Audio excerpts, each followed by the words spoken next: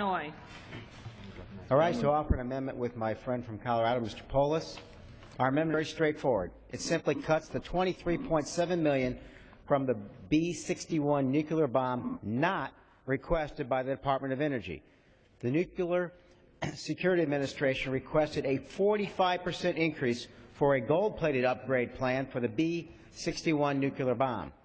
The committee provided the 45% increase in funding for a portion of the most expensive $10 billion upgrade plan. Then they provided an additional $23.7 million. Our amendment simply cuts these additional funds provided beyond what the agency requested. But let me back up for a minute and explain what the $560 million in this bill is actually going to pay for.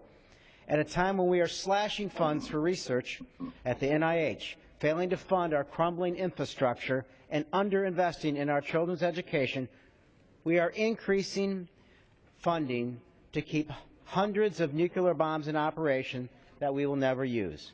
The Cold War is over. Mr. Speaker, I thought today that I was back in a Twilight Zone episode when they're all like this. You woke up in the morning and it's 50 years earlier.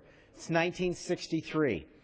The Cold War is still raging, despite the fact that security experts of all political stripes, including conservatives Henry Kissinger and George Shultz, have called for deep cuts to our outsized nuclear stockpile.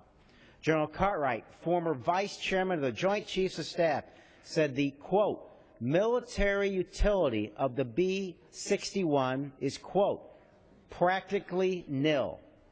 As the U.S. and Russia work to reduce their nuclear stockpiles and shift funds to meet today's threats, the B-61 in Europe will be one of the first weapons cut.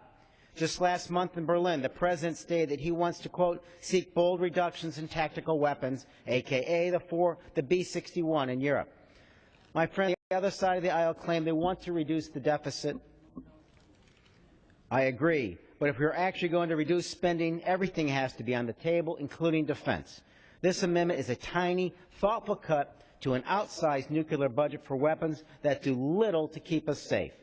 I hope my colleagues will join me in cutting funds not requested by the Department of Energy for nuclear upgrades not needed.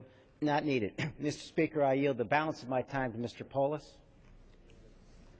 Colorado is recognized. Thank you, Mr. Speaker. I want to thank Mr. Quigley for bringing forward this important amendment. There's been growing